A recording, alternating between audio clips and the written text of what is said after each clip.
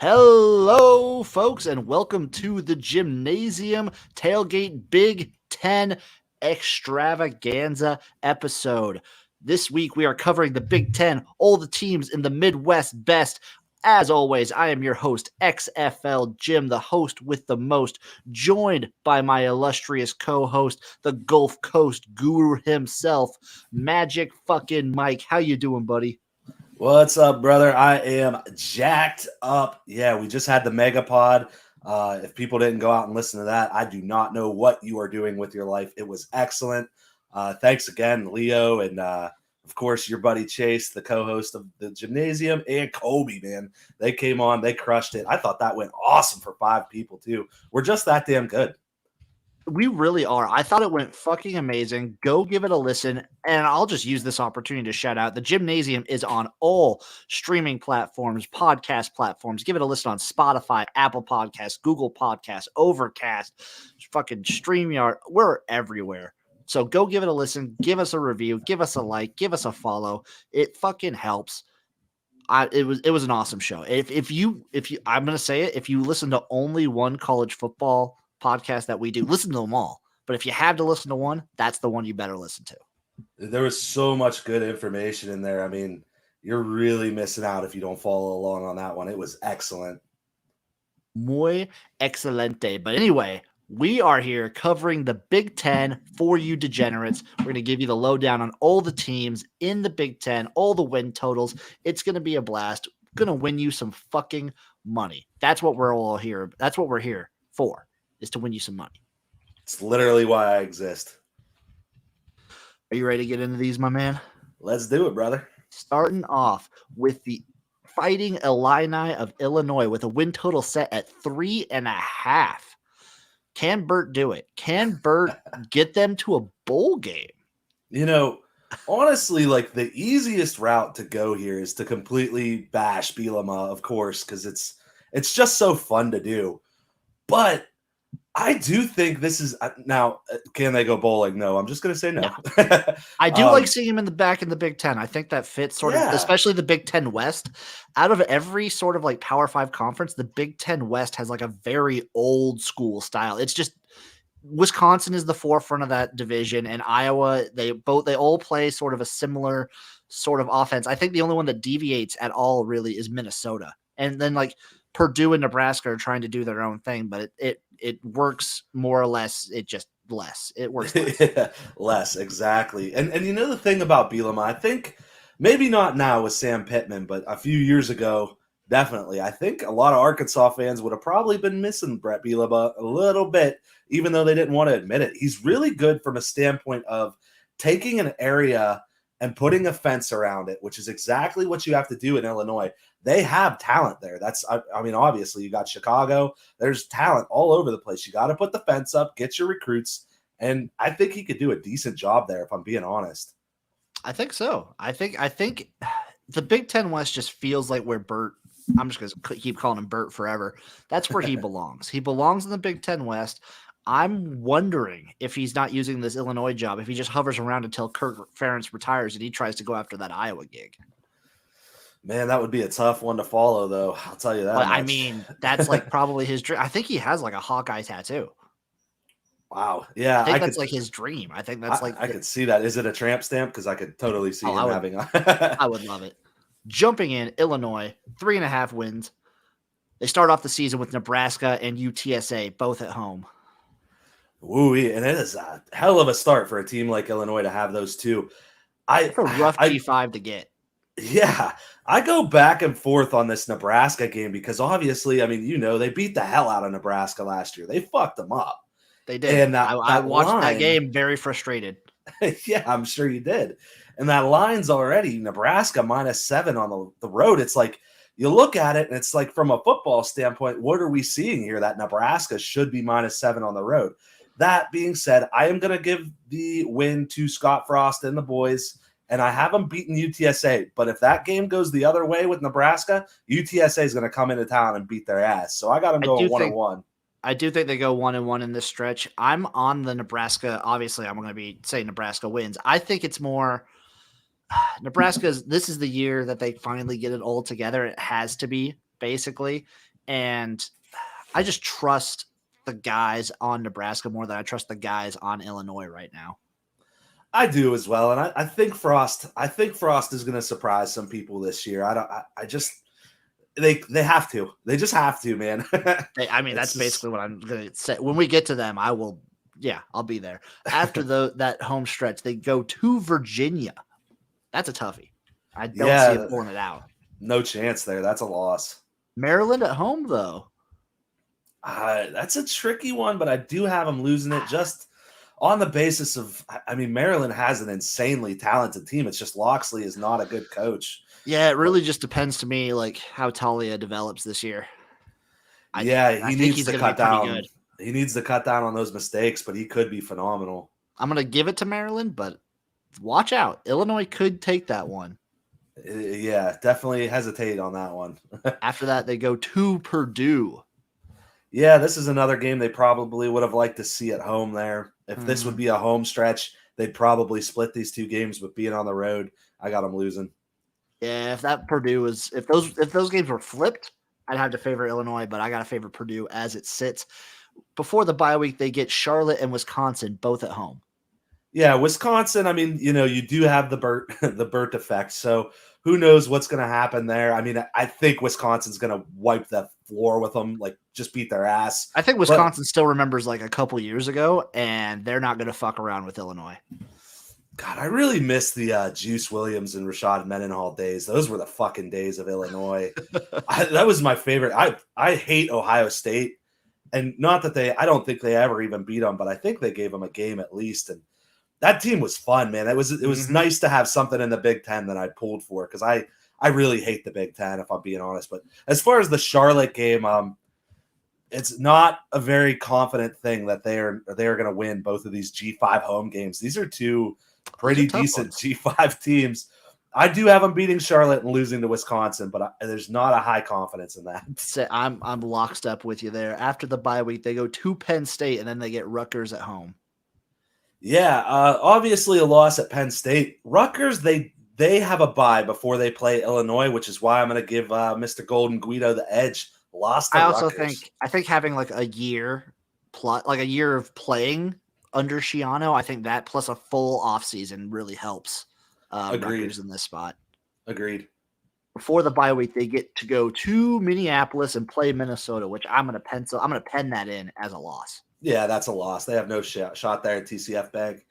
After their second bye week, they go to Iowa, and then they get Northwestern at home to finish off the season.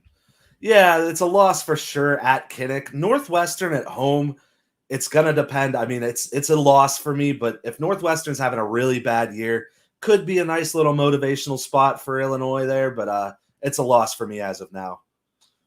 I got them at 2 wins. I got them losing to both Iowa and Northwestern. I think Northwestern is always – it is one of those weird games that they would drop after they beat like a Wisconsin or someone like that, but I just don't see it. Same here. They played Purdue the week before. I mean, I definitely don't see it then. No, yeah, same here. I see them losing to Purdue more likely than I see them losing to Illinois. Same here, actually. And that Purdue game is on a neutral site. Is it Soldier Field? Yeah, Soldier Field. Mm-hmm. So, yeah, they're gonna lose both these games. I also have them 2-10. I'm pretty comfortable on this under, man. I don't see 4 wins on this schedule. The G5s aren't even a sure thing. Yeah, I was gonna say like they didn't do themselves any favors with UTSA and Charlotte. Those are not sure things. I can see them. So I see Illinois as a team I wouldn't mind taking to cover a decent amount of games, but I don't see them winning a lot. No, I mean, actually, even also they're at Virginia for another one of their non-conference. Yeah, this is terrible. This out of conference, and you'll see this with a couple Big Ten teams, San Ohio State, that these out of conferences are fucking tough. They are pretty tough. Yeah, I am actually really comfortable on this under. I wasn't as much when I did this originally, but yeah, this is an easy under. Easy under. Up next, we have the Golden Guido himself, Rutgers, Greg Schiano. Can he get them to a bowl? That's what we're gonna be arguing for these like lower tier Big Ten teams is can they make a bowl?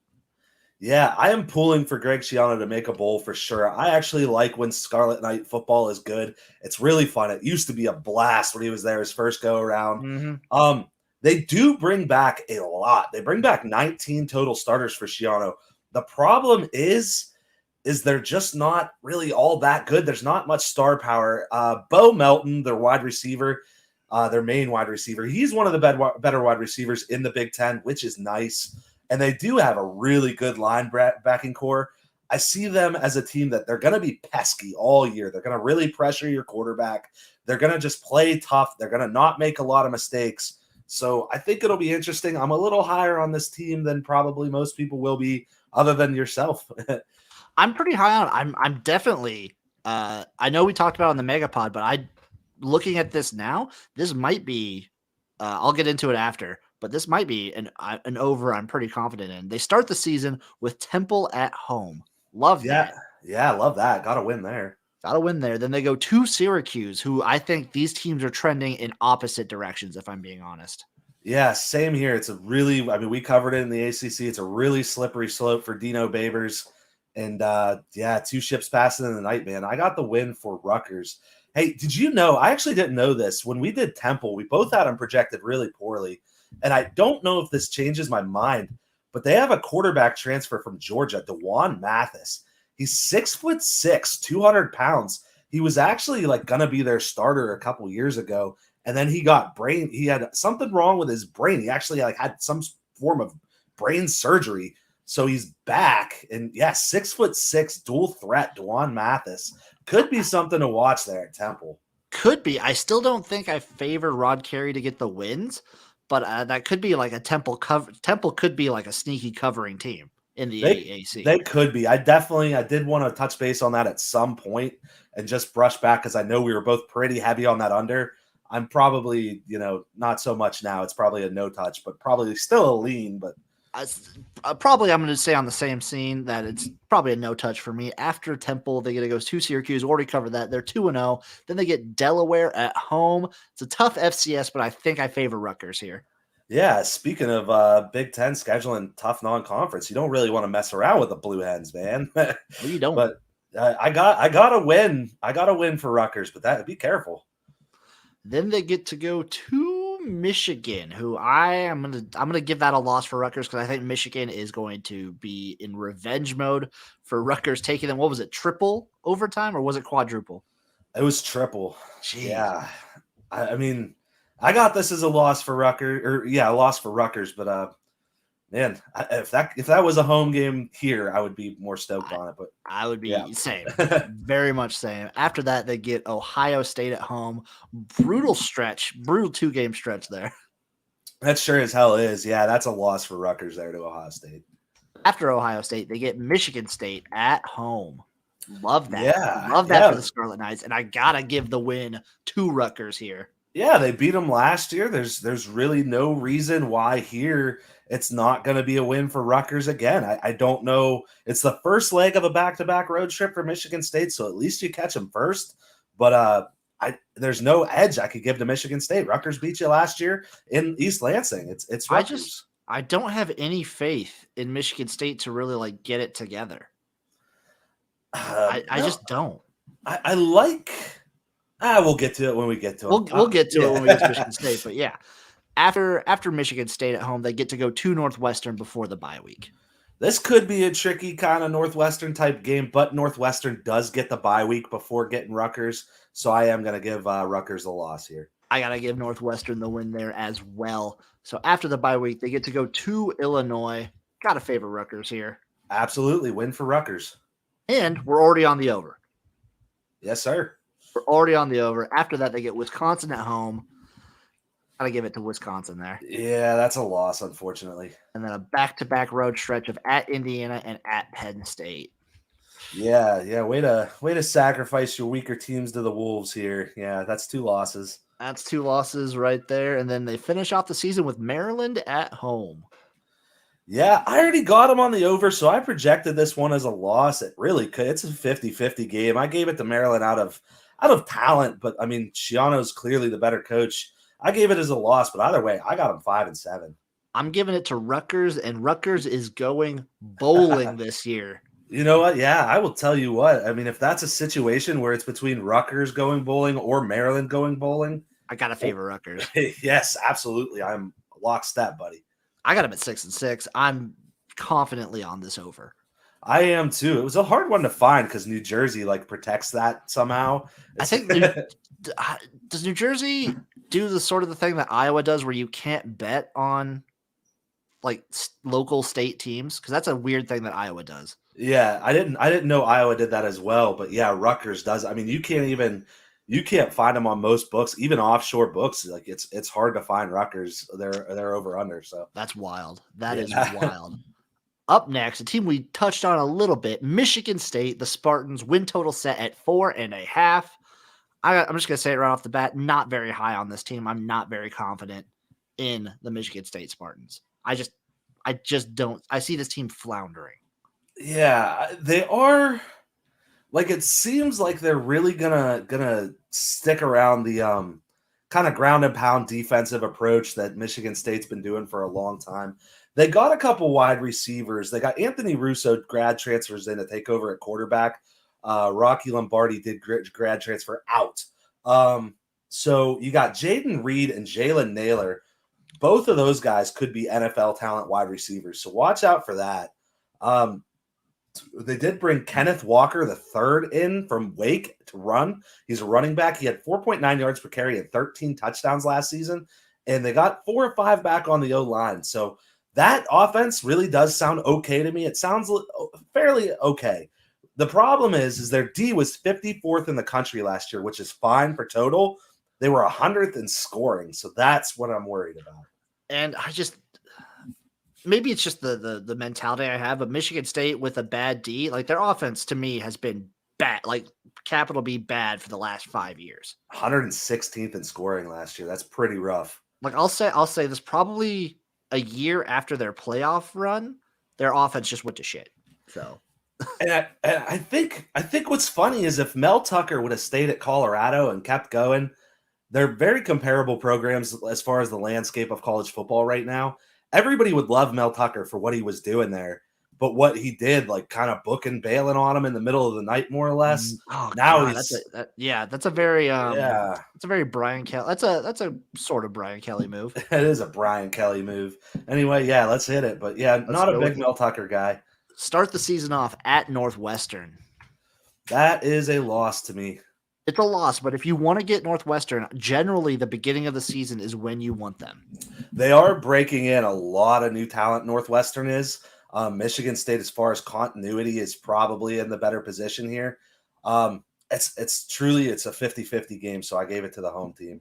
I got to do the same as well. But generally speaking, Northwestern, like if they're going to drop one of these weird Northwestern games to a bad team, they usually do it in the beginning of the season.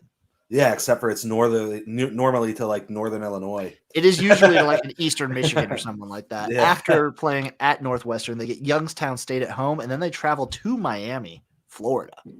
Yeah, Youngstown State's always banking on getting these Big Ten teams on the schedule. I don't know why they do it. They just get embarrassed every time. That money. Get that money, man. Yeah, I guess it's worth it, man. So yeah, that's a win for Michigan State against YSU. And it's just a shot at Manny Diaz, man. I have Michigan State beating Miami in Florida. I keep trying to backtrack out of that and just be like, oh, nobody will remember that I said they're going to lose to Michigan State. But I'm just sticking with it. I just think that team sucks. I don't know. I don't believe in them. Manny Diaz is now coaching and de-coordinating. I do not like when coaches do both. I don't like that. I think it's too much. So I got Michigan State, and I'm sticking to it. I'm not super high on Miami this year, but I am higher on Miami than I am Michigan State. Give me the Hurricanes in that game. After traveling to Miami, they get Nebraska at home. And this is the second leg of a back-to-back away stretch for Nebraska. I am going to go Michigan State, even though it hurts me to my core. I got to go Nebraska here, A, because I'm a homer, and B, the fact that it's Ohio State before this, it is Ohio State, right? Or is it? It's Oklahoma before this one. Yes, it is. Yeah, the fact that it's Oklahoma before this one, I think that just set it, forget it. Just forget about that game. Just focus on Michigan State. And I am more confident in Nebraska. Like, even as bad as we've been, we have been able to beat the Spartans. I mean, the good thing about that is yeah, Oklahoma's gonna run you. They're gonna really lay it to Nebraska. You'll know, But like, second half, like, you'll be able to prepare for the next week. that, and they're not like a physically dominant team where Not like an Alabama. You played Alabama, exactly, and they just beat your ass on the O&D lines all game, or Clemson. It is a team. It's a softer brand of football, at least a little bit. So, yeah, I'm pulling for you there for sure. But I got Michigan State there in that spot. Give me Nebraska in the win. Michigan State loses that one, but they win next week with Western Kentucky coming to town. They should easily take Western Kentucky. I don't expect them to be a world beater this year, so I got the win. After that, they get 2 back-to-back road games at Rutgers and at Indiana before the bye week. I got them dropping both. I got them dropping both as well. Coming out of the bye week, they get Michigan at home. Go ahead and tell me all about how you're going to take Jim Harbaugh. Go ahead. I am taking Jim Harbaugh. Not only is it a revenge factor from last year, Jim Harbaugh at this point in the season is very much coaching for his job. Going to reiterate that a lot when we get to Michigan here. And I think just Michigan has the better team. And I'll say it, I think Michigan's better coach than Michigan State. I'll tell you what. Next stop, Ann Arbor. I'm getting off the bus before the next stop, man. I'm done. I'm done defending Jim Harbaugh. I'm done saying Michigan's going to be good. I'm like, what reason can we give? Yeah, a revenge spot for last year, but he hasn't beat Michigan State yet. Everybody talks, he hasn't beat Ohio State. He hasn't beat Michigan State. He can't beat any of his rivals. He can't beat these teams. There's no reason for me to think he's going to win on the road when Michigan State has a bye before they play him. I really wish I could go with it. I'm just getting off the bus, man. I'm done, Harbaugh. I'm done. I'm out. It's probably a smarter move. That's probably a smarter move based on history. But I just see I see Jim Harbaugh and I see Michigan and I see last year as sort of an outlier. I see at least 9 wins. That's how I see a Michigan team normally. He's kind of like Michigan's Bo Pelini. Here's the problem too, and Colby alluded to it on our podcast. Alluded or straight up said it. They're not bringing in the level of talent when he first got into Michigan. I mean, there was guys all over those rosters. I full on believe that Michigan State had the talent to be a top 5 team in the country. I don't see it anymore with these rosters that he's pumping out now. We don't have any clue who the quarterback's going to be. Leo's arguing for Texas Tech transfers. Like, what the hell's going on? Okay. Lynn Bowman. What the fuck? Alan Bowman is a good quarterback. I will argue that. He was good at Michigan State. He had that whole collapsed lung issue a few years ago. He's not bad. I mean, he's a dual threat quarterback from a air raid style offense. I don't know how much that really translates to Michigan. Another thing, like, I thought Joe Milton had the talent and the skills to be a really good quarterback, and it will be interesting to see if he gets the nod there in Tennessee, which I think he should over Hendon Hooker because it's more of a hyper quarterback. I just don't think, we always think of Harbaugh as kind of like a quarterback guru, but outside of Andrew Luck, is he? I mean, I just don't know. I would say like Andrew Luck and Alex Smith, maybe. Yeah. And that's basically it. Yeah, man. I just, you could argue Kaepernick. I guess Kaepernick was at his best with Harbaugh. That is true. But also we do know, like, early on in a quarterback's career in the NFL, when they're a gimmicky style quarterback, okay, like take Lamar Jackson, they look like world beaters at first, and then once people get a chance to game plan for them, okay, now we know what's up. I do have to say, ultimate disrespect for Michigan State. They thrive off of disrespect. Use this because we've just spent like half of Michigan State's like talking time on Michigan. That's fair enough. Yeah, let's good point. Let's move on. After you have them beating Michigan, I have them losing to Michigan. Then they go to Purdue. I have them losing that. I also have them losing that. Then they get Maryland at home, at Ohio State, and Penn State at home to end the season. I have them beating Maryland at home and then losing the last 2 games to OSU and Penn State. I do as well. I feel like I'm pretty comfortably on the under here. Christ, I got them at 6. Ugh. I got them at 3. I'm finally doing it. I'm knocking the Miami. I'm backtracking. They're losing to Miami on the road. That's still They're 5-7. They're 5. Yeah, it's still over. to the millions out there watching the tailgate right now, do not follow me on this. It's not. That's a stay away. That's a stay away either way, because like they could on my schedule they could win Nebraska, they could win Michigan, they could win Rutgers, they could win. They literally could win at Purdue. I don't see it happening if they beat Michigan. They could lose to Maryland. Like so many of these Big Ten teams, like in this middle category, like I'd say from Michigan State all the way up to like Minnesota at some points. So many of these games are like 50-50 games. These teams are so fucking boring in this conference. I hate this goddamn conference, dude. There's so many teams that are like right next to each other, like a Purdue and a Nebraska. They could fucking beat each other any day of the week. Like Nebraska and Northwestern is probably the perfect example that when one, like every game is a fucking 50-50. I think up until I want to say either last year or the year before, the home team had never won. No, it was up until Nebraska's like Hail Mary that the home team had never won Nebraska and Northwestern. It was like the first 4 years in the conference. That's insane. And there's just not like, I mean, Nebraska is like one of your teams outside of Michigan and Ohio State, obviously, and Penn State is like one of the more interesting teams in the conference just because, you know, the Black Hats and the Tom Osborne years, all that. And then, you know, they're not even like the lineage of Big Ten. They're, you know, that's not what everybody remembers them for. And they're one of the most exciting, like most fun programs in the conference. It's just Michigan State. Yeah, there's a lot of history. They've been good a lot of times, but it's boring football. They're so fucking boring. It's boring. Like that's why I'm really rooting for Minnesota this year because they play like Minnesota, Purdue, and I would say if Nebraska plays the way they want to play, they play an exciting brand of football. And like Wisconsin is good. I won't say anything. Wisconsin is a good team. They're a good program. They're like fucking awesome, but it's boring. Yeah, I mean, I have Wisconsin going to the Big Ten championship game to play Ohio State. No shot in hell of winning it, but they're going to go there probably. You know, it's just they're not exciting at all. And then it all just depends, like, what do they catch in their bowl game? Do they catch an SEC team that didn't make the playoff? Well, guess what an SEC team doesn't feel like doing in the bowl game? Going and slogging on the offense and the defensive lines with those big corn-fed fucking Nebraska guys. Like, yeah, they're going to win that game because nobody wants to be there, you know? That's fair. So up next, we got the Purdue Boilermakers, win total set at 5. Speaking of like tough out-of-conference schedules, let's just jump into this one. Oregon State at home, at UConn.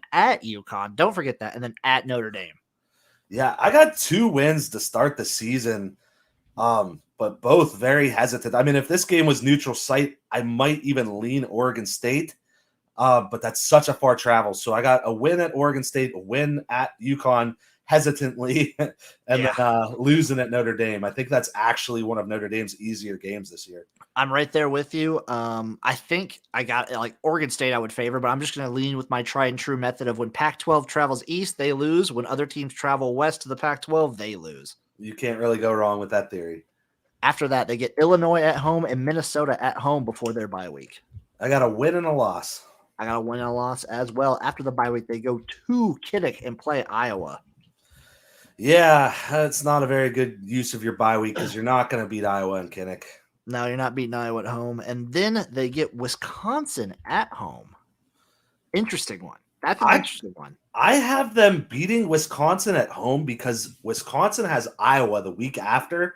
I think they're going to be pretty locked into that game, and Purdue always catches somebody in a perfect spot and beats them. And Jeff Brom is coaching for it. We want to talk coaches coaching for their jobs. He's coaching for, like, I think him and Scott Frost are honestly probably in a similar position where if they don't do a pretty good job this year, they might be on the hot seat next year. I don't think either of them get fired, but I think next year they might be on the fucking hot seat. I mean, you got with Brom. His contract is insane. With Brom too, with Oregon State and UConn in those spots, like if you drop those games and then get blown out by Notre Dame, things could get ugly like really fast. I think Frost is a little more safe. I think Brom, with as much steam as he came in there with, and everybody thought he was going to be the guy, and it looked like it at first.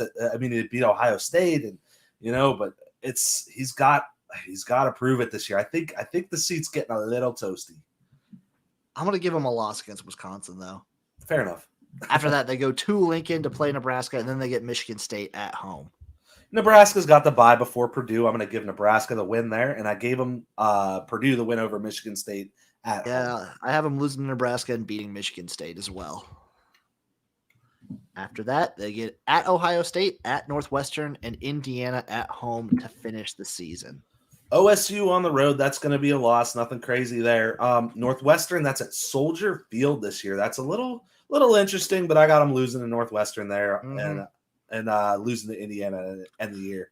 I actually have them beating Indiana to end the year and losing to those other two teams. I think Indiana kind of I don't trust Penix to it's kind of grim, but I don't trust Penix to last a whole season. And I think this Indiana offense kind of falls apart without him. I do think this is a big step back here for Indiana. Penix really does have to stay healthy. That dude is excellent when he's healthy. Interestingly enough, there are two really good quarterbacks on this Purdue roster. They're in a quarterback competition right now. Jack Plummer threw for almost 1,000 yards, 8 touchdowns and 2 interceptions last year. And then Aiden O'Connell threw for 907 touchdowns and 2 interceptions. So it's pretty interesting. And they lose Rondell Moore, but you got David Bell, who is actually I think David Bell is one of the top 3 receivers in the conference. I mean, that's actually the whole reason I'm even talking about Purdue is I just wanted to mention David Bell. So I'm right on track with you, man. I think he's excellent. I think he's really good. He's a guy to watch this year. Boom, right there. Vince Corio right here. IU sucks. Hell yeah, they're beating IU. Calling it right now. I do like that, especially. I might even flip-flop here because I have Purdue 5-7. I also have them 5-7. I'm gonna go 6-6. I'm gonna give them the win over Indiana. Get them bowling. I'm in. I would probably lean over just because of the pressure that's on Brom, and I think I know people always say coaches generally fold under pressure, but I think I'm of the mindset that these coaches thrive under pressure and they get the job done. And I could see Purdue I could see them beating Wisconsin. Honestly, I could see them beating Nebraska, and I could see them you never know with fucking Northwestern. So yes, I'm more confident on Purdue being 7-5 than 4-8. I agree. I'm on that. I'm on that over. It wouldn't be the first time a Brahms ever disappointed me. When I was a kid, before I really knew the ins and outs of the NFL, I thought Brian Brahm was going to be a fucking G in the NFL. But he wasn't. But I am going to trust Jeff Brahm, so I'm going to go with Jeff Brahm and say they do go bowling. Same here, and I'm with Vince right here. Jeff Brahm keeps his job going to next year, finds a bowl game. Let's go. I'm in. Up next, Northwestern fucking Wildcats, baby. Win total set at 6. Just going to blindly tell you, probably go over. Pat Fitzgerald is an amazing coach, and he gets this team to at least 7 wins. It seems like even when they bottom out, they at least hit 6. So you're going to probably push at worst. Yeah, I agree. The O-line should stay solid, which is always something you really want. They did lose a little bit off of it, but I think it'll still be a solid O-line because that's discipline, and we know Pat Fitzgerald's a hell of a coach. The D-line is all seniors. So that defense is always good. As long as Pat Fitzgerald is the coach, that defense is going to be good. Exactly. I mean, it's going to be a step back. They were the 5th total defense last year, 22nd scoring. They did lose a lot. So you are going to have a step back this year, but I like a good D-line, good O-line. You love that. The big thing, Ryan Helinski coming in at quarterback. I think this is huge. I think this is going to be one of the best quarterbacks we have ever seen Pat Fitzgerald have at Northwestern. So that makes me feel a lot more confident. I hope so. So they start the season off with Michigan State and Indiana State, both at home. I got 2 wins. I got 2 wins as well. Yes, After that, they go to Duke. Yeah, I got to win. Got to win there. I think that's another similar thing where Northwestern is up and up and up every year. Duke is kind of on the way down. Yes, sir. After that, they get Ohio at home. Careful, because Northwestern loves to drop these kind of games. They do love to drop these MAC games every once in a while, but I'll give them the win. Same here. Then they go to Nebraska before their bye week. I got a loss there. I'm going to give them a loss too, just because I feel like generally it flip-flops. They won last year. Nebraska's going to get it this year. It's always close, so you never know. Yeah. After the bye week, they get Rutgers at home. I got them winning after the bye week against Rutgers. Got them winning after the bye week against Rutgers as well. Then they go to Michigan, and then they get Minnesota and Iowa both at home. Well, here's a win for you, Michigan. Michigan does have the bye week before Northwestern. I'm going to give them the edge there. So I got a loss against Michigan, and I have them losing to Minnesota as well. I do as well. I have them losing to both Michigan and Minnesota, but then I have them beating Iowa at home. This is the second leg of a back-to-back road trip for Iowa. What do we know about Iowa? They're much better in Kinnick than they are on the road. I got a win for Northwestern.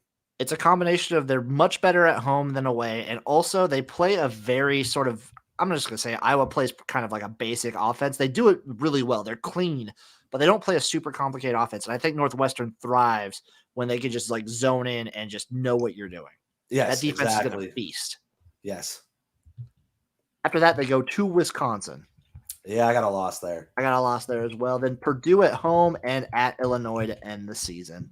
Yeah, I got 2 wins. I got 2 wins as well. I'm at 8 wins right now. I'm at 8 as well, man. I'm on this over. You got to go over with Pat Fitzgerald. You got to go over. A bowl is like the worst case scenario in a normal year for him. Got to go over. Like if everything implodes, like that's the like worst case scenario. Maybe they go 5, but like maybe, and that's worst case. Yeah, I agree. Yep, I'm on the over comfortably. Up next, the Maryland Terrapins with a win total set at 6. Yeah, this is the year, Mike Loxley. What do you got? Let's see. They start the season off with West Virginia. Yeah, I got a loss there. I got a loss there as well. Then Howard. There you go. Yeah, that's a win. That's a win. Then at Illinois. Another win. That's another win. Yeah, that's another win. That's another win. Then they get Kent State and Iowa both at home. Could be interesting with that Kent State, but I think they're going to win it pretty not easily. But Maryland, yeah. But I'm with you there. That Kent State offense can spook a couple of these like mid-tier Big Ten teams. I definitely think so, especially before you bring Iowa to town. I don't love that look for Maryland, but I am going to give them a win. I am going to give them a win over Iowa too at home. I think with Iowa being on the road, Maryland has a lot of talent, including we already talked about the Tagovailoa brother. But you also got 2 wide receivers, Dante Demas Jr. and Raheem Jarrett. Those dudes could put up numbers quick. They're very good wide receivers. Could be more future NFL talent for the Terps. It's going to be about the defense, but I think putting Iowa on the road, that game, it could go Maryland's way quick. That's my thought process is I have them drop into Iowa, but I think they go 1-1, Kent State and Iowa. So I could see them if they lose to Kent State, then they'll probably beat Iowa. But if they win against Kent State, I just don't see them doing it against the Hawkeyes. I just don't see them getting 2 wins in a row there. It's hard to see Maryland get 2 wins in a row ever. But before the bye week, they get Ohio State at Ohio State. Snooze fest, man. OSU wins. Easy one. Easy loss there for fucking Maryland. After that bye week, they get to go to Minnesota. Always nice to get your like back-to-back like away games in between a bye week. Yes, exactly. Break it up a little bit. I do have them losing at TCF Bank though. I like this Minnesota team too much. I'm right there with you. After that, they have Indiana and Penn State both at home. I do have them beating Indiana at home this year. I'm not big on this Indiana team, and that game's in between Ohio State and Michigan for Indiana. So I'm going to have Maryland catching a W there. Penn State, it's the second leg of a back-to-back road trip for Penn State, so be careful, but I have Penn State getting the win over Maryland. I'm going to have Maryland dropping both of these games, actually, losing both to Indiana and Penn State. I'm not as high on Indiana, but I'm more high on Indiana than I am Maryland. Fair enough. After that, they get to go to Michigan State, then Michigan at home, and then at Rutgers. I have them losing at Michigan State. This is the second leg of a back-to-back road trip for one Jim Harbaugh. I am going to have him lose to Maryland, and I have Maryland beating Rutgers at the end of the season. I'm giving Maryland 3 losses here. I have them basically after their bye week. I don't have Maryland winning a game. Also, that Michigan game, it's sandwiched between Penn State and Ohio State. It's true. So that's a lot of pressure for Jim Harbaugh. Your boys are on the road for the second week, and you're smashed in between Penn State and OSU, which you know they need to beat one of those fucking teams this year, man. That's a lot of pressure for that Michigan team. I don't know, man. I got Maryland. I do not. I actually am very low on this Maryland team. I have them with 3 wins. Very much on the under here. I got them right at the number, but I would probably lean under. Probably don't go with me here because I don't have Maryland winning a single game after Kent State. That's a rough year for Mike Locksley. I mean, he would be out of town. They did get rid of Scotty Montgomery at this point. That's fair. That's one thing to point out. Montgomery is an absolutely terrible coach on any staff in any capacity that he can be in. So I do like Locksley a little more without that bum on his staff. But it's tough. To me, I think they can be competitive. I just don't see them winning any of these games. I see them I can see them being competitive against a Minnesota or an Indiana or a Michigan or like a Rutgers. They're going to be competitive in a lot of these games. I just don't see them winning. Well, I think the thing comes down to so I got them going. I mean, and they could easily beat West Virginia at home. I think West Virginia is the much better team. They could. But they could start off this season 4-0. And then it's on Mike Locksley to ride that momentum, but not in a way of where you're smelling yourselves, where you remember that you're Maryland and that you are a bottom feeder in this conference. He's got to keep them on track and keep them hey, we're 4-0. We could stand toe-to-toe with anybody, and then you go into that Iowa game. Do you grab that Iowa win at home? Well, that would be 5-0. You know what I mean? You got to keep it rolling. I don't know if I trust him as a coach enough to do that. I probably don't, and that's why I would lean under, but it could be an interesting year for Maryland if they are well coached. It could be. Next up, Nebraska with a win total set at 6. Some places I've seen some local places do 6.5, but I feel like that's because I'm in the area. But 6 is right around where I would normally have them. As a homer, I'm just going to say go over, just over.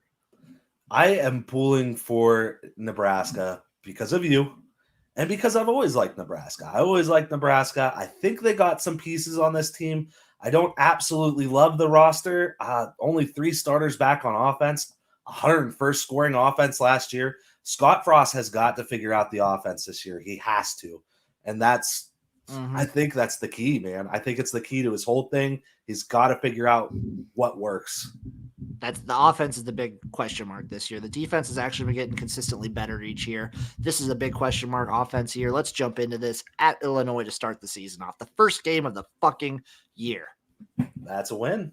That's a win for me too. Then Fordham and Buffalo back-to-back, both at home. 2 more wins. That Buffalo game would have scared me, but with Leopold departing, I feel pretty comfortable in it. I was very scared about this Buffalo game, but with Leopold gone and him taking a bunch of those Buffalo players with him, I'm pretty high on Nebraska here. Then a back-to-back road slate of at Oklahoma and at Michigan State. Yeah, I got back-to-back losses on it too. It's a brutal stretch. I got a for sure loss at Oklahoma, and then I have them winning against Michigan State. Then they get Northwestern and Michigan both at home. I have them beating both. Michigan, that's a second leg of a back-to-back road trip. I have them getting both these W's. I do also have them getting both of these wins here. Then they get to go to Minnesota before the bye week. Yeah, and Minnesota has a bye before they play Nebraska, so I am going to give a big edge to Minnesota there. I'm going to give the edge to the Gophers as well to give Nebraska the loss. After the bye week, they get Purdue and Ohio State both at home. I got a win and a loss. I got them splitting it, losing to OSU. Yep, right there with you. Then they get their second bye week, and then they go to Wisconsin and Iowa at home to finish the season. A loss at Wisconsin, but I got them beating Iowa to end the season. I gotta think that they beat Iowa. They've been so close the last 2 years. It's been like a field goal game every fucking time. They gotta cross that hill eventually, and I think this will be the year. I agree with you, man. This isn't a world beater Iowa team. It's a good Iowa team, but it's not a great Iowa team. And I mean, even a great Iowa team, they're like a 9. Sometimes they'll squeak out the 10. But Iowa's always going to be right around 8. They're not always world beaters. This is a year where I think you can catch them. I'm not big on Petrus, the quarterback. I like Nebraska to get that win at home to end the season. I got Nebraska with 8 wins. I got them with 7. I'll tell you what, this schedule lines up so well. Other than, you got the back-to-back road trip with Oklahoma. But like you said, you could chalk up that Oklahoma game and take that L and just focus on the second leg with Michigan State. I'll tell you what, they had the 50th total defense last year. They have 9 starters back. They're making strides on that side of the ball. There's two things. They had a ridiculously low amount of turnovers forced on defense, and they didn't pressure the quarterback well. If you pressure the quarterback well, you're going to increase your turnovers pretty much automatically from just doing that. If this D starts forcing some turnovers and getting to the quarterback, this team could be a little bit more, and you got to get your offense in better positions. That's why you were 101st in scoring offense. You're not getting the ball in favorable positions. It's on the D. It's not only that, it's the fact that like they need to get turnovers on defense and they need to stop with the turnovers on offense. They have so many just shoot themselves in the foot turnover moments that are just like they have so many drive killers. They're like they can't stop getting in their own way. Yeah, I mean, they need to identify a running back too. I am worried about that. Your leading rusher can't be your quarterback. You're asking for fumbles. I'm also worried about the fact that there's not really a lot of returning receiving going on right now. No, there's really not, and your O line's only bringing back 2 of 5, which is also really scary. Talking about that run game, so it's all about potential right now. If it's me, I'm counting on that defense. I'm telling you, you have to fucking play great defense. It'll help the offense in turn. Defense is where you could coach up and make up for a little bit of a lack of talent more than on offense. So, and in my opinion, if Martinez does play at his best, he's one of the best quarterbacks in the conference. I think Martinez could be a sleeper quarterback with the experience that he has. He's a dual threat. I think he can make some noise in the Big Ten. Just cut down the mistakes. And yeah, I agree with you. Up next, a team that I feel like we're both very, very high on, the Minnesota Golden Gophers. It's on the podcast, on the Megapod, I picked Ohio State to win at minus 220 because I genuinely do not see a scenario where Ohio State loses this conference. I think there's some long shots out there, sure, but they're so far above everyone else. It's ridiculous. Now, here is the kicker. Minnesota Golden Gophers. They went 11-2 in 2019. I cannot stress this enough. They were the teams that got F'd in the A by COVID more than almost anyone else last year. They were top 5 as far as like screwed by COVID. You got your Kansas States, shit like that. They're right there. Yep. They had like 20 to 30. They didn't even have a kicker one week. They lost because they didn't hit an extra point. Like this team got screwed by COVID, but they have a ton back from 2019 where they went 11-2. And PJ Fleck is one of the best motivational coaches that there is. So you take this bullshit where they're giving you a 7-win total in Vegas, and you use that as motivation, and you tell them, we know why you guys didn't do well last year, even though with what they had out, they did okay. And you rode that fucking boat with that motivation because this team has a lot back. You lost Rashad Bateman, but you still have a lot back. 9 starters on offense, 6 on defense, 2 Heisman contenders with Tanner Morgan. I know he's a long shot, but Tanner Morgan and Muhammad Ibrahim, 1,000 yards, 15 touchdowns last year, 4 or 5 back on the O-line. I love this offense. This offense is fucking awesome. They start with Ohio State at home. Now, Ohio State is the better team, easily. But if you're going to get an Ohio State team that's breaking in a brand new quarterback that hasn't played a down of college football, this is the time to get them. And like I was saying, PJ Fleck is a motivational coach. There is no shot in hell that the Gophers are not ready for this game. I will tell you right now, spoiler alert, this is one of my favorite games to start the season. I've seen it 2 touchdowns at this point. It's up to 14. OSU minus 14. Not only that's one of my favorite plays. Plus 14 for Minnesota, hands down, one of my favorite plays. I think this is a sprinkle on the money line. This is your best shot for OSU to take a loss in the Big Ten. I love this spot. That being said, just for over-under purposes, I am going to go Ohio State with the win. Right. I'm giving Ohio State the win as well. Then they get Miami of Ohio at home. That's a win. Minnesota. That's a win. At Colorado. It's a little bit dangerous. It's dangerous, but it's not too far west. I'm not too worried about that. Exactly. And Colorado does have to deal with that A&M game as well. They scheduled really hard out of conference for some reason. The Pac-12 loves to fucking do that for some reason. I know. Like, you already play 9 conference games like you're supposed to, but you don't need to schedule these hard G5 teams. Stop it. Or, other Power 5 teams. So, but I got Minnesota there. I got Minnesota as well. Then Bowling Green at home. Yeah, take a breather, Minnesota. That's an easy one. Easy win. Then at Purdue before the bye week. I got them winning. Got them winning too. After the bye week, Nebraska and Maryland both at home. Maryland does snag a bye week before, but I'm still giving them 2 wins. Giving Minnesota 2 wins here as well. Then at Northwestern. I got another win. Got a win there. Illinois at home. I got a win. At Iowa and at Indiana. I hate that. I hate that stretch. Right. I got them losing both of them. Man, it's just a tough stretch. I'll give them one of those. So their last 3 are at Iowa, at Indiana, and Wisconsin at home. I think they go 1-2 in this stretch. I have them beating Wisconsin, so I don't know. I don't know which one they get. Like, they could get any one of these 3, in my opinion, but I think they go 1-3. I don't think they get 2. And going 1-2, that's exactly what I have them as well. Going 1-2, I got them at 9-3.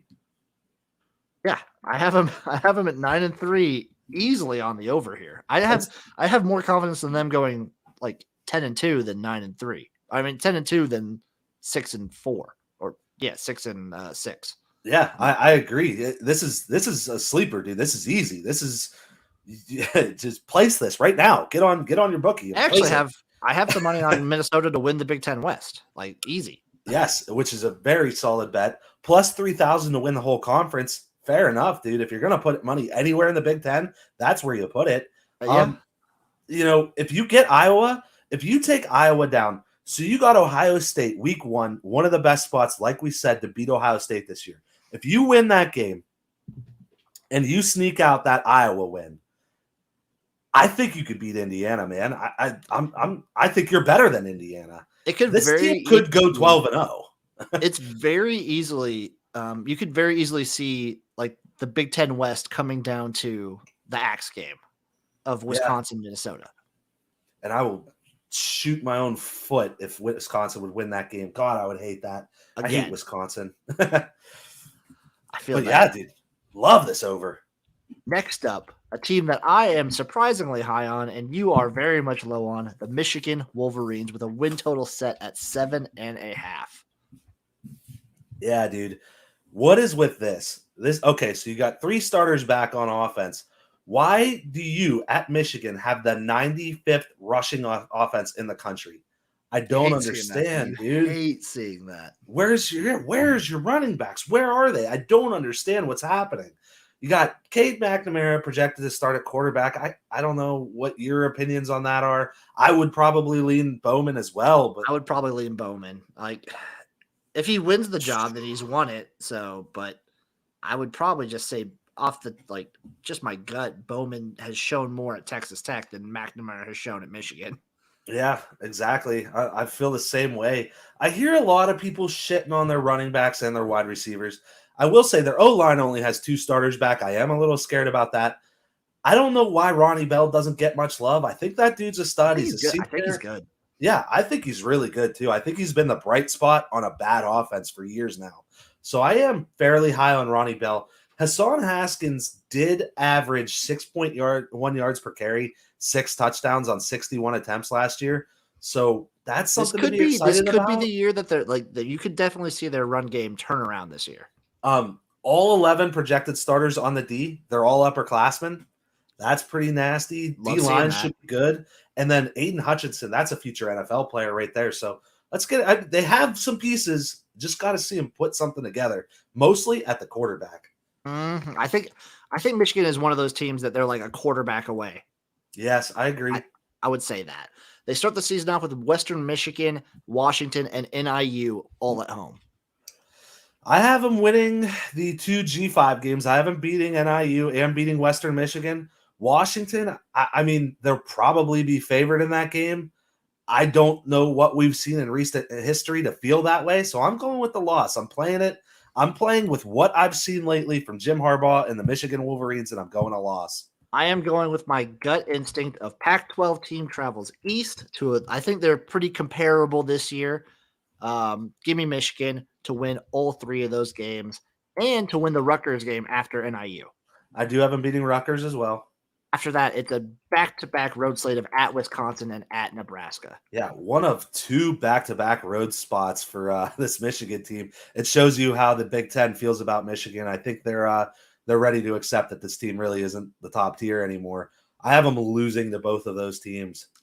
I have them losing both of those as well, but I know Wisconsin has brutalized Michigan in the past. It's been bad. It's been real bad. They could win both of these games. It is not outside the realm of possibility.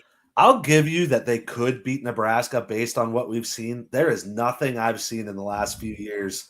I just don't know. Like my thought on Wisconsin this year, and I'll get into it more when we get to them, is this Wisconsin team is the first one I've seen last year that doesn't really have like a stud guy at running back. Yeah, they feel like they've identified one. I don't feel the same way about them, to be honest. I don't. But their O line and D lines are both it's so good. It's always so good. Yeah, dude. It's so physical. It's tough. So I got two losses. I got two losses there as well. I'm gonna put them as losses, but they could without not outside the realm of possibility to me that they could win both. After the bye week, they get Northwestern at home and then travel to Michigan State. I like them getting the Northwestern game after the bye. That takes anything fishy that could happen really out of it. Harbaugh should be ready. Get a win there, and I do have them losing. Michigan State has the bye week before they play Michigan. It's on the road, and again, I just haven't seen – he hasn't beat them yet. I don't see why I would pick him to do it. I'm going to favor Michigan here in the Michigan State game. I got them winning against Northwestern after the bye, winning at Michigan State, and then they get Indiana at home before a very rough end of the year. Yeah, this is a back-to-back road spot for Indiana, so I am going to have Michigan beat Indiana at home. At Penn State, that's a loss to me. At Maryland on the second leg of the back-to-back, I got another loss.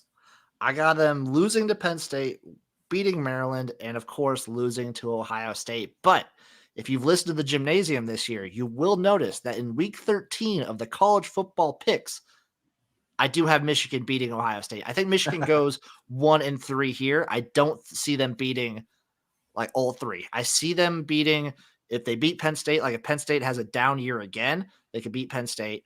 Don't see them beating Penn State, Maryland, and Ohio State. But if they lose those two road games, this is the year. This is the year no one believes. No one believes from second one.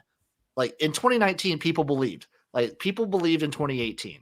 This year, no one has any faith that this Michigan team can not only beat Ohio State, but do anything. This is the year that they fucking surprise you. I'll even one up, and I say that it was a terrible spot call by the referees on the JT Barrett first down. I think they did beat Ohio State in 2018, to be honest. But I just don't see it talent-wise. It hasn't showed on the field the last couple of years. Believe me, I passionately hate Ohio State like you can't even imagine. I fucking hate that team. I hate them. There's nothing I like more in the world than when Michigan beats Ohio State fans and they cry about it for an entire year. I absolutely love it. I just can't see it happening, man. I'm rooting for it so hard. I have them at 8-4. I got them 6-6, getting to a bowl game. I'm on the under. I'm on the over just because I just feel like Harbaugh is a 4-loss coach. Like that's just kind of his MO. I hope so. I hope you're right. I mean, 4 losses. They probably still either boot him this year or put him on the like super hot seat next year. They're just looking for somebody. But what's the deal? I haven't looked at it fully. Like, what's the deal with that contract extension they gave him? It's like I don't remember if it's a 1 year or 2 year, but it's a 1 year. It's at least a 1 year with incentives. So like, if he beats Ohio State, it gets like a shitload more money. If he like makes a playoff game or wins the bit or like shows up in the conference championship game or wins or makes a playoff game, he gets like a lot more money. But he's giving them like a super cheap deal if that doesn't happen. Okay. And then it makes it super easy to let him go if they want to after the year. I think it's either after the year or after next year. One of the two. I hope he gets it, man. I really do. I actually really like Jim Harbaugh. I really do. I know people are annoyed with his antics, but like that's just it's not just it's some people think it's an act, but if you've seen his dad or his brother, that family is insane. Yeah, they're You're just lunatics. crazy. Like if these people didn't have football, they would be serial killers. So I am rooting for Jim Harbaugh all the time because if he doesn't have football, this man is an insane psychopath who would go on a killing spree. Man, that is the absolute best description of the Harbaugh family I've ever heard in my life. You should be nominated for some kind of podcast award for that comment right there. Jesus. That was epic. They are like one of the football families. Up next, Yes. Indiana, the Hoosiers with a win total set at 8. I think this is the highest win total I've ever seen for Indiana. Dude, I get it. I get what they did last year. They were impressive. 8 for Indiana. I'm just gonna say no way. Even blindly, no way. It's weird because like you feel like 8 is like their ceiling, kind of. Yeah, it's absolutely their ceiling. You remember, you're still the Indiana Hoosiers. You're a basketball school. I like Tom Allen. I think he's a good coach. They bring back 8 starters on offense, 9 starters on defense. However, you do lose Kane Womack as your defensive coordinator. He is on to the job at South Alabama. I think he did an excellent job there. I think you're going to lose a little bit from that. And so much is dependent on a quarterback to stay healthy that has not shown that he can stay healthy. That scares me. They start the season off at Iowa. That's rough. That's a loss, man. That's a loss for me as well. Then they get Idaho and Cincinnati both at home. I have them beating Idaho and hesitantly beating Cincinnati. I got them losing to Cincinnati. I just think Cincinnati's the better team. I really hope you're right because I really want them to lose to Cincinnati. Then they get a back-to-back road slate of Western Kentucky and Penn State. I have them losing the Penn State game, but man, be careful on that Western Kentucky game. I have them winning it, but that's a look-ahead spot. Indiana, you are not good enough to be looking ahead. And that Western Kentucky offense with all those Houston Baptist guys coming in, they could get you. So be careful there. I would take Western Kentucky in the points there. I'll tell you that much. I got them beating Western Kentucky, losing to Penn State. Then they come out of the bye week with Michigan State and Ohio State both at home. Yeah, Michigan State's on the second leg of a back-to-back road trip, so go ahead and take Indiana there. Ohio State has the bye before they play Indiana, so no shot for an upset there, I don't think. No shot for the Hoosiers there, but I do have them beating Michigan State. Then another back-to-back road slate of at Maryland, at Michigan. I got them dropping both. I haven't beaten Maryland, losing to Michigan, and then they get Rutgers, Minnesota at home before going to Purdue to end the season. I actually have them winning all 3 of those games, Minnesota being on the second leg of a back-to-back. So I have them winning all 3. Oh, no. I did flip-flop. I have them lose to Purdue. Yep, I got them losing. I got them going 1-2 in this stretch. I got them beating Rutgers, losing to Minnesota, and losing to Purdue. Fair enough, dude. I got them 6-6 bowling. I'm at 5-7. I would probably favor 6-6. Dude, cash that under. Cash that under. That's an easy under for me. Up next, Iowa Hawkeyes win total set at 8.5. And really, that's hard because generally I think Iowa. I think right around 8. Yeah. I was just gonna say, you want a cheat code to betting Iowa football? 7.5, you bet the over. 8.5, you bet the under. If it's at 8, you don't touch it. There you go. Iowa's an 8-win football team. That's just what it is. Let's see how we do. Let's see how we evaluate. They get Indiana at home to start the season. That's a win. That's a win. At Iowa State for El Asico. Yes, you're going down. Lose. This is the year that fucking Iowa State does it. Iowa gets the loss here. Kent State at home, Colorado at home, both wins in my book. Yeah, 2 wins. And at Maryland. I got them losing. I'm going to give them a win there. Penn State at home. I got a win. I got a loss there. I think that is scary though. I don't trust Franklin to coach his boys up well enough to win a Kinnick, man. I actually am on the James Franklin isn't really a great football coach train. Ooh, I'm not a fan. I like that. They did a poll in 2019 of anonymous coaches voting on who the most overrated coach is, and James Franklin actually won in a landslide. Which that tells me if everybody's all the coaches, your name isn't on it, and you're gonna say it's James Franklin, I feel like there's a reason. Yeesh. I'm gonna have Penn State winning that one. but I'm going to have them beating Purdue. I'm going to have Iowa beating Purdue. I think they go 1-1 in that stretch. That's fair enough. Then they get the bye week. Then they go to Wisconsin and to Northwestern back to back. I have them splitting it 1-1. I have them. That's tough. That is tough.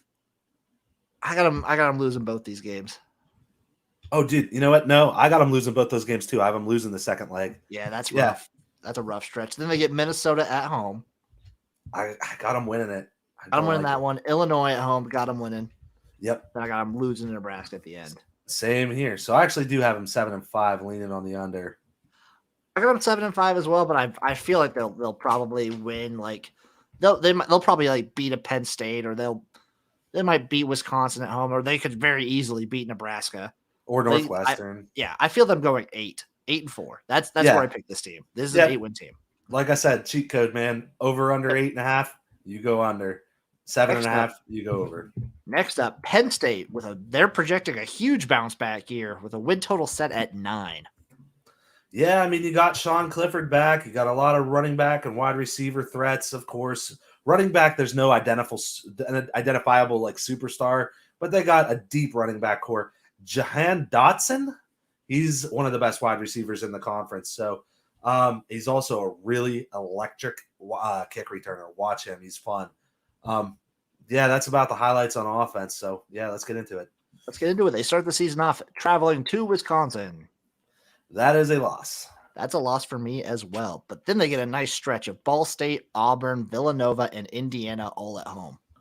Yeah, and that's the second leg of a back-to-back road trip for Indiana. They really got screwed in their scheduling. I got them winning over Villanova and Indiana fairly easily. Ball State and Auburn, I'm going to tell you right now, those are not easy teams. They're like Auburn. Everyone knows Auburn is like one of those weird teams, but Ball State is a dangerous MAC team. They are 100% going to lose one of those two games. Whichever one, I don't know, but they're going to lose one of those two games. I can't see it. I'm pretty low on Auburn. We'll get to this in the SEC, but I'm pretty low on Auburn this year. So I have after Wisconsin, I don't have Penn State losing until their bye week. So after that stretch, they go to Iowa. They're going to go to Kinnick. I think they beat the Juju Magic Corn Curse, and they get the win. I'm not picking James Franklin in Iowa, man. I got a loss. Probably the smarter move. After the bye week, they get Illinois at home before a brutal road stretch of at Ohio State and at Maryland. I have them beating Illinois at home, losing at Ohio State. Yes, they do play Ohio State fairly tough. I just don't see them having the talent to do it, especially on the road. But I do have them picking up the Maryland win on the second leg.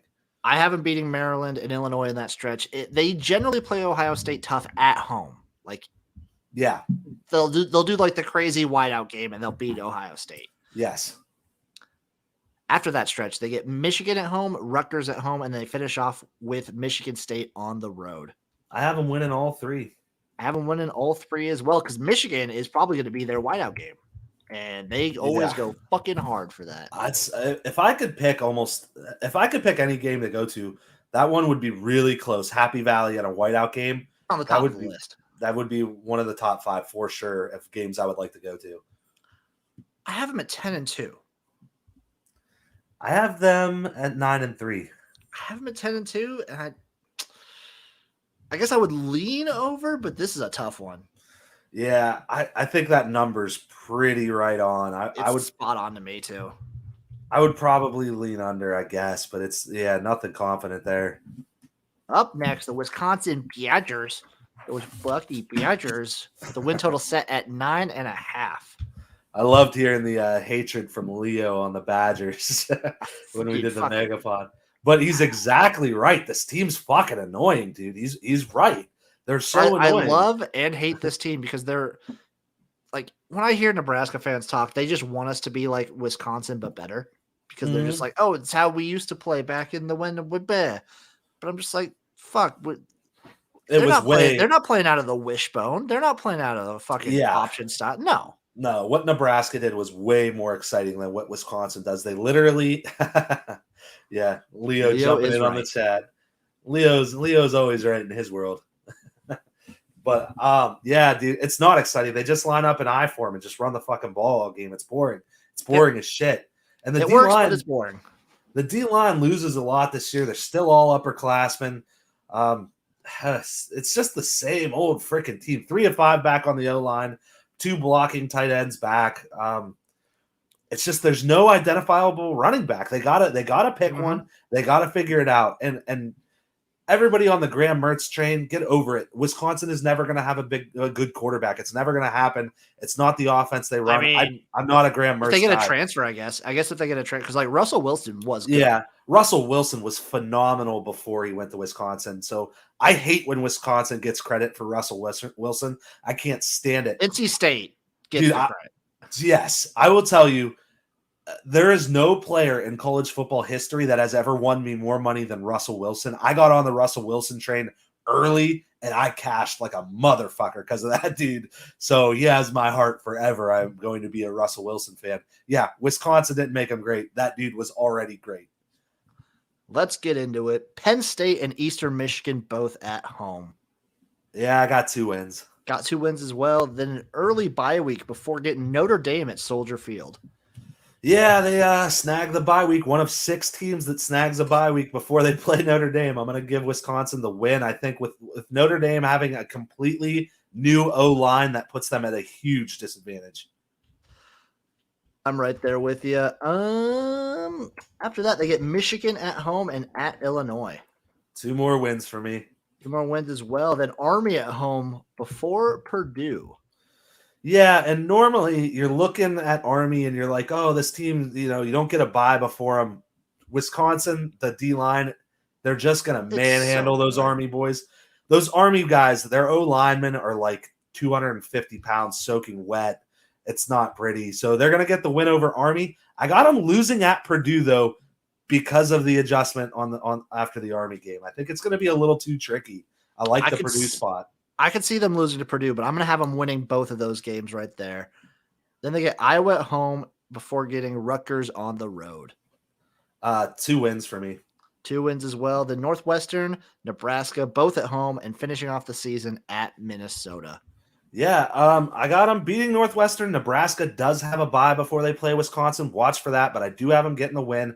And then losing at Minnesota. Fuck you, Wisconsin. My eyes are fucking with me right now because I have Wisconsin at 12-0. Are you serious? I'm fucking serious. What the fuck? Dude, I could totally see it. They're the most Their boring. schedule is pretty easy. The most boring 12-0 team of all time. Listeners, here's something to you might hear it like, okay, the gymnasium in whole, I don't talk about it as much as you guys. I'm also huge on directional miss schools. I do love directional miss schools. So you'll see like an Eastern Michigan pop up on this Wisconsin schedule. Don't take the points, man. Don't take the points ever. Wisconsin beats those G5 teams, anything non-Power 5. Wisconsin beats them by like 40 points. Easy. Easy. Don't ever take those games. It's all about the O and D line. I got them 10-2 though, man. I can't go balls deep like you, but I got them 10-2 and in the Big Ten championship. I got them easily in the Big Ten championship, but I just don't see any. Like the potential losses, I could see them losing to Minnesota or maybe Iowa and maybe catching that Purdue spot in a weird way. But when I have to talk myself into these losses, Wisconsin's an easy over for me. It is an easy over, man. It's much more likely that they win 11 games than it is that they win 8. That's for sure. Or 9. Up next, the Ohio State University.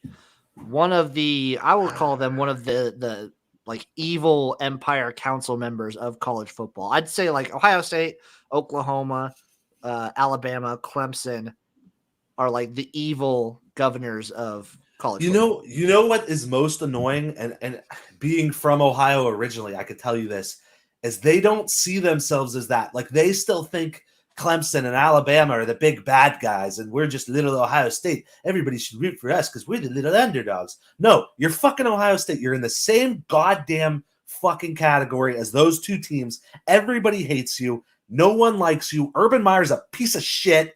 Fuck Ohio State. Fuck Urban Meyer. Fuck Ohio State. Also, I feel like Clemson is on that as well. Like when they're just like little old Clemson.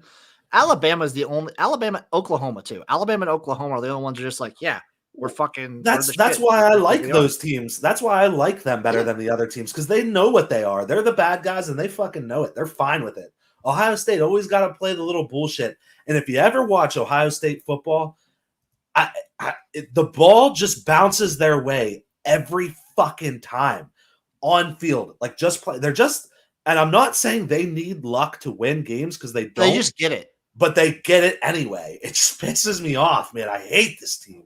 I don't know if Chase is predicting Ohio State to go 4-8, but that would be the hottest. I think that'd be their worst record of all time. It would be my happiest year of all. I could die. I would probably just off myself because I would never want to see another Ohio State season again. Okay, Chase is calling a shot right now. This is the Ohio State record, 4-8. They don't even make a bowl game. Let's get into this. At Minnesota to start the season. Yeah, I got them winning, but again, danger. That's a dangerous spot for sure. Then they get Oregon at home. Man, okay, and here's the thing with this game too is Kayvon Thibodeau is one of the best really good edge rushers. He's you know who he reminds me of? Ohio State Buckeye alum Chase Young. Yeah. The same exact guy, man. I think he's the same exact type of talent. I think he's a number 1 overall future pick if somebody doesn't bust a nut on a quarterback. I love Kayvon Thibodeau. If they lose that Minnesota game and CJ Stroud gets like shaken up, that dude's not going to make his life any easier, but I do have the Buckeyes getting the win in the shoe. I got the Buckeyes winning both of these ones, but these are the two games right here. In my opinion, these are the two games that make or break this total. This is it. I agree. They get Tulsa at home and Akron at home afterwards. Yep. I wish Tulsa could do it, but I just don't see it. Nah, they're going to be outgunned at every position. Yeah, it's rough. I got more wins coming at Rutgers and Maryland at home before the bye week. Yeah, same here. 2 more wins. Yep. After the bye week, at Indiana, Penn State at home, at Nebraska. Win. Yeah, so that's your toughest game on this schedule is at Indiana, and of course Ohio State draws a bye week before it. I mean, you could argue Penn State, but that's at home. It's wins. It's all wins. Then Purdue, Michigan State, both at home before going to Michigan to end the season. Those are all wins. Dude, I don't know if I've ever seen it before. There's not a single fucking team on this schedule that has a bye week before they play the Ohio State Buckeyes. I don't know if I've ever seen that. That is insane. That really pisses me off. Like red-faced, like throwing shit at the wall when I found out that, screaming at the dog, like, Rudy, can you fucking believe this? And the schedule is unbelievably easy. It's stupid, dude. So here's the thing is right here. Like, I'm not calling for it, but you're 1-11 with a single win against Michigan. I love Chase. I fucking love him. Your 2 most likely teams in the college football, because this is the sad part of college football and where we're at with this 4-team playoff. You could pretty much guess 3 teams every single year. The 2 most likely are Ohio State and Oklahoma because their schedules are just stupid fucking easy. So Ohio State is the number 1 for me with this schedule that I'm looking at. They're going to be in that playoff, man. Easy. I guess I'm on the over, but I just want to bet the under just to spite them. Yeah, I mean, basically that's it. It's a stay away for me because I'm never going to bet Ohio State over anything because I hate them. But it's such because you're most likely like maybe you drop Minnesota or Oregon, one of the 2. Those are the only 2 games you have like a real shot at losing. Maybe Penn State, maybe at Michigan to entertain you. But what does the committee always say? Well, early season losses, blah blah blah blah blah. Oh, they're still making, they would still make it. Making the playoff is super, like them. It's Oklahoma if they don't drop a game, or like don't drop 2. It's Ohio State, Clemson. Those are the 3 that are like always locks because they always have the easiest fucking schedules. Yes, I don't know if it is a thing that you can bet on. I really haven't looked. If I could, I would go out there and bet right now. I think I already know 3, which takes so much away from the season, but I think I already know 3. Ohio State, Oklahoma, Georgia. Those 3, I see no way that those 3 teams are not going to make the playoff this year. So if you can bet, I wonder if there is a way you could bet like the 4 teams, or if you could bet like Oklahoma, Ohio State, Georgia, Clemson.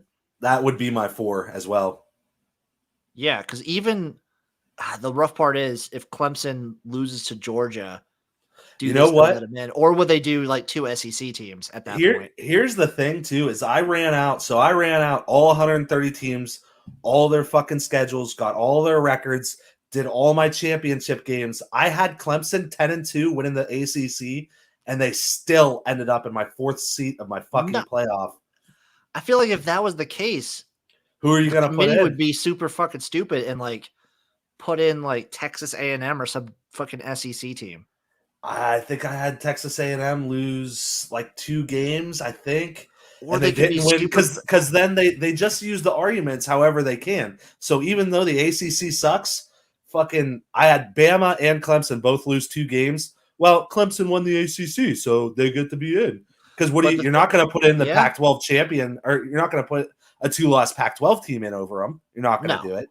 You wouldn't put a 2-loss Iowa State in over Clemson. No fucking way. Never going to happen. God damn, you're right. I fucking hate. Oh Your god. your only chance, your only chance for it to not happen is Cincinnati. It's like how No, and even Notre then Dame.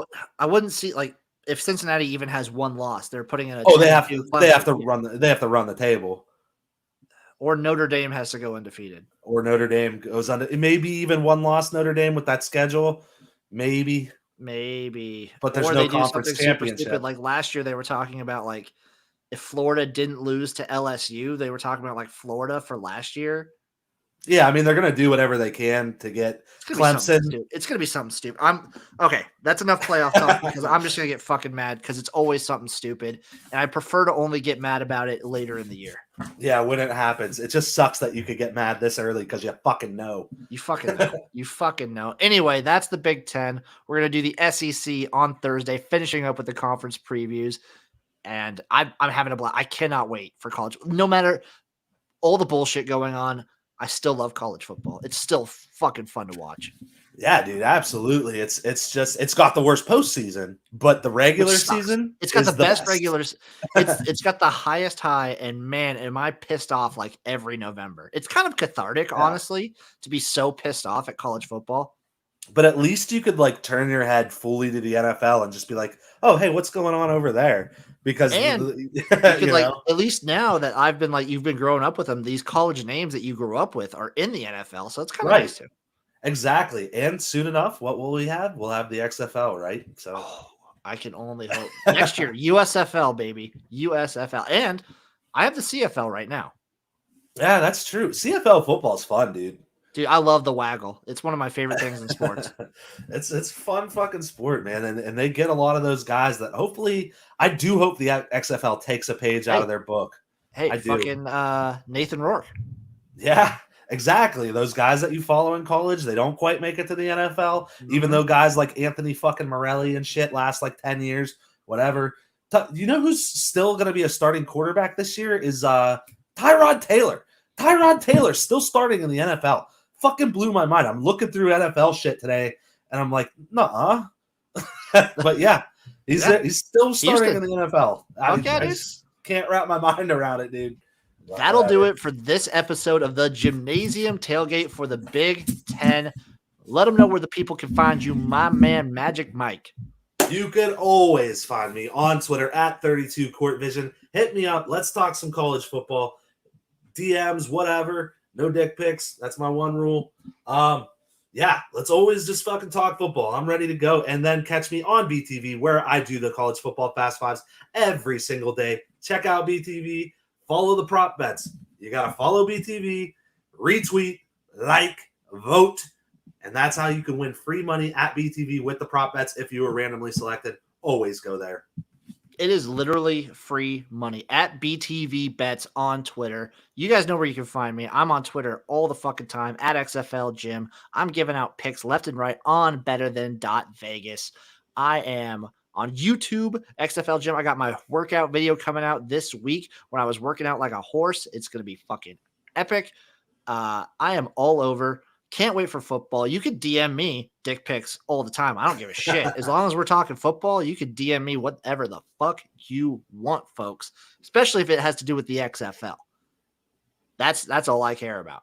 That's fair enough. Yeah. Thank you for listening to the Jimnasium Tailgate. Give us a like, give us a follow. Give us a rating on iTunes, Apple Podcasts, Google Podcasts, Spotify, Stitcher, Overcast, any podcast platform you listen to. It does fucking help. We greatly appreciate it. Love you guys. Stay hashtag Garage Certified. Let's fucking go college football. That's how we're in it. Go college football. Horns down for fucking life. Still, fuck you, Texas, forever. Yes, sir.